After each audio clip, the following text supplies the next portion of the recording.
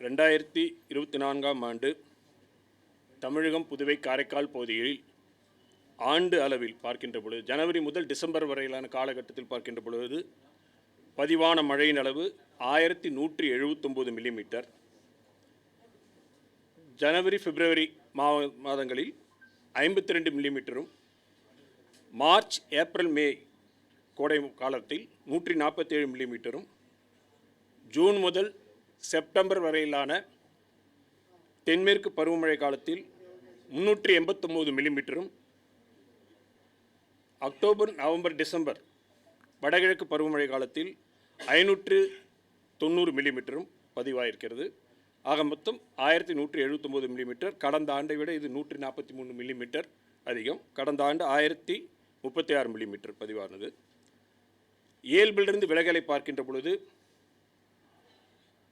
தென்மேற்கு பருவமழை காலத்தில் 18%, வடகிழக்கு பருவமழை காலத்தில் 33%, ஆண்டு கணக்கில் 28% இயல்பை விட அதிகம். கடந்த ஆண்டை பொறுத்தவரையில் தென்மேற்கு பருவமழை காலத்தில் 10% அதிகம், வடகிழக்கு பருவமழை காலத்தில் 27% அதிகம். ஆண்டு கணக்கில் பார்க்கின்ற பொழுது கடந்த ஆண்டை விட இந்த ஆண்டு இயல்பை விட பார்க்கின்ற பொழுது 15% அதிகம். 15% அதிகம். தென்மேற்கு பருவமழை காலத்தில் செப்டம்பர் மாதம் தவிர மற்ற மாதங்களில் இந்த ஆண்டில் கடந்த ஆண்டை விட மழை சற்று அதிகமாக பதிவாகிறது. செப்டம்பர் மாதத்தில் இயல்பை விட 64% குறைவாக பதிவானது. இது தென்மேற்கு பருவமழை காலத்தில். வடகிழக்கு பருவமழை பொறுத்தவரையில் அக்டோபர் மாதத்தில் 214 மில்லிமீட்டர், நவம்பர் மாதத்தில் 140 மில்லிமீட்டர், டிசம்பர் மாதத்தில் 235 மில்லிமீட்டர். ஆக மொத்தம் பருவ காலத்தில் அக்டோபர் முதல் டிசம்பர் வரையிலான காலகட்டத்தில் முன்பே கூறியபடி 589.9 மில்லிமீட்டர் 590 மில்லிமீட்டர் பதிவாயிருக்கிறது.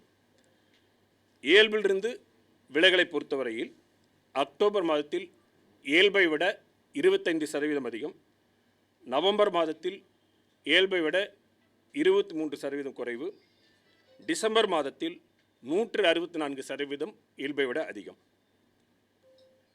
மொத்தமாக சீசனில் பார்க்கும் பொழுது அக்டோபர் முதல் டிசம்பர் வரையான காலகட்டத்தில் 33% அதிகம். கடந்த ஆண்டு 4% இயல்பை விட அதிகமாக இருந்தது. கிட்டத்தட்ட கடந்த ஆண்டை பொறுத்தவரையில் இந்த ஆண்டு 27% இயல்பை விட அதிகமாக பதிவாகிறது.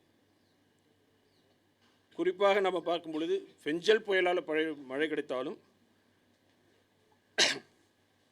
11 டிசம்பர் முதல் 14 டிசம்பர் வரையிலான காலகட்டத்தில் ஆழ்ந்த காற்றழுத்த தாழ்வு பகுதியின் காரணமாக பரவலாக பெரும்பாலான இடங்களில் நம் அதி கனமழையும் மிக கனமழையும் பார்த்திருக்கிறோம். அந்த மழை பதிவாகிறது.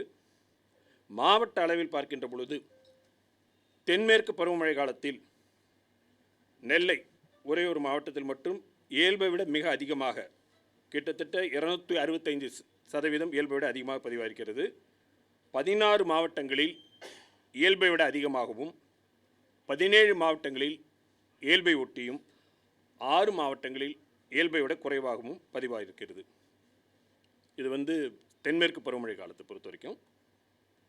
வடகிழக்கு பருவமழை காலத்தில் 6 மாவட்டங்கள் நெல்லை, சேலம், தருமபுரி, கிருஷ்ணகிரி, திருப்பத்தூர், விழுப்புரம் ஆகிய மாவட்டங்களில் இயல்பை விட மிக அதிகமாகவும், 23 மாவட்டங்களில் இயல்பை விட அதிகமாகவும், 11 மாவட்டங்களில் இயல்பாகவும் மழை பதிவாகிறது. 6 மாவட்டங்கள் மிக அதிகம், அதாவது 59% விட இயல்பை விட அதிகமாக இருந்தால் மிக அதிகம். லார்ஜ் எக்ஸஸ் 23 மாவட்டங்கள், இயல்பு 11 மாவட்டங்களில் மாவட்டங்கள் பொறுத்த வரைக்கும். ஆண்டு கணக்கில் பார்க்கின்ற பொழுது கடந்த அதாவது இந்த 2024ஆம் ஆண்டில் எந்த மாவட்டத்திலும் அதனுடைய இயல்பை விட குறைவாக பதிவாகவில்லை. இயல்பை விட ஒரே ஒரு மாவட்டத்தில் மிக அதிகமாக நெல்லை மாவட்டத்தில் 100% இயல்பை விட ஆண்டு கணக்கில், 27 மாவட்டங்களில் அதிகமாகவும், 12 மாவட்டங்களில் இயல்பை ஒட்டியும் பதிவாகிறது. எந்த மாவட்டத்திலும் ஆண்டு கணக்கில் பார்க்கின்ற பொழுது இயல்பை விட குறைவாக இல்லை. கடந்த ஆண்டு புயல்களை பொறுத்த வரைக்கும் பார்க்கின்ற பொழுது இந்த ஆண்டு ரேமல், அஸ்னா, தானா, பெங்கல் ஆக 4 புயல்கள், அரபிக்கடல், வங்கக்கடல் மொத்தமாக 4 புயல்கள் உருவானது.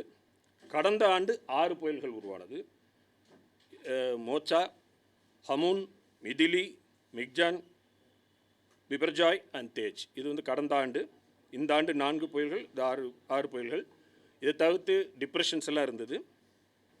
இந்த ஆண்டில் குறிப்பாக சொல்ல போடும் பொழுது வங்கக்கடல் பகுதியிலிருந்து பார்க்கும் பொழுது நாம் இதில் பார்க்குறோம். ஆல்டர்னேட்டாக பார்த்தீங்கன்னா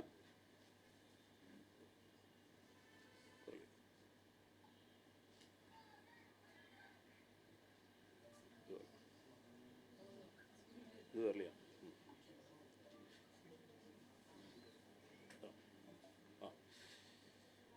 இது ஈஸ்டர்லி வேவ்ஸ் என்று சொல்லக்கூடிய கிழக்கிலிருந்து மேற்கு திசையில் நகர்ந்து செல்லக்கூடிய ஈஸ்டர்லி வேவ்ஸு நிறையா இருந்திருக்கு. இந்த ஆண்டு வந்து குறிப்பாக ஈஸ்டர்லி வேவ்ஸுடைய ஆக்டிவிட்டி நிறையா இருந்திருக்கு.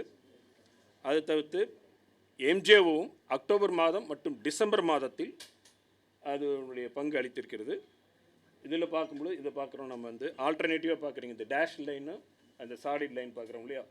அதாவது தென் கிழக்கு திசை காற்று மற்றும் வட கிழக்கு திசை காற்று மாறி மாறி இருக்கக்கூடிய சுச்சுவேஷன் பார்க்குறோம். அக்டோபர் 1 முதல் டிசம்பர் வரையான காலகட்டத்தில் கிழக்கிலிருந்து மேற்காக நகர்ந்து செல்லக்கூடிய கிழக்கு அலைகள் என்று சொல்லக்கூடிய ஈஸ்டர்லி வேவ்ஸோட ஆக்டிவிட்டி இந்த ஆண்டு சிறப்பாக இருந்திருக்கிறது.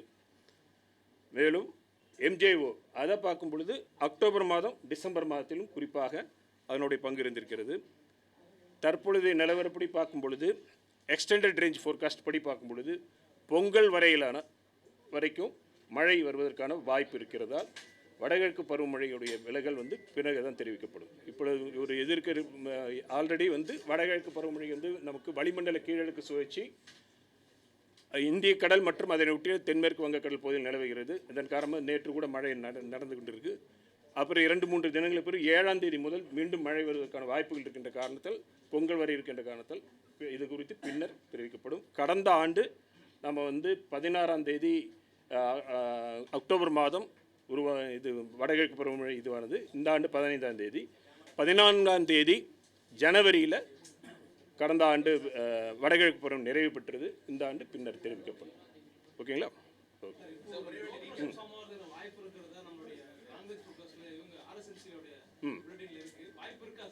அதான் இப்போ அது இந்த எக்ஸ்டெண்டட் ரேஞ்சில் தான் சொல்கிறோமே. எக்ஸ்டெண்டட் ரேஞ்ச் படமே காட்டுறோம் இல்லையா?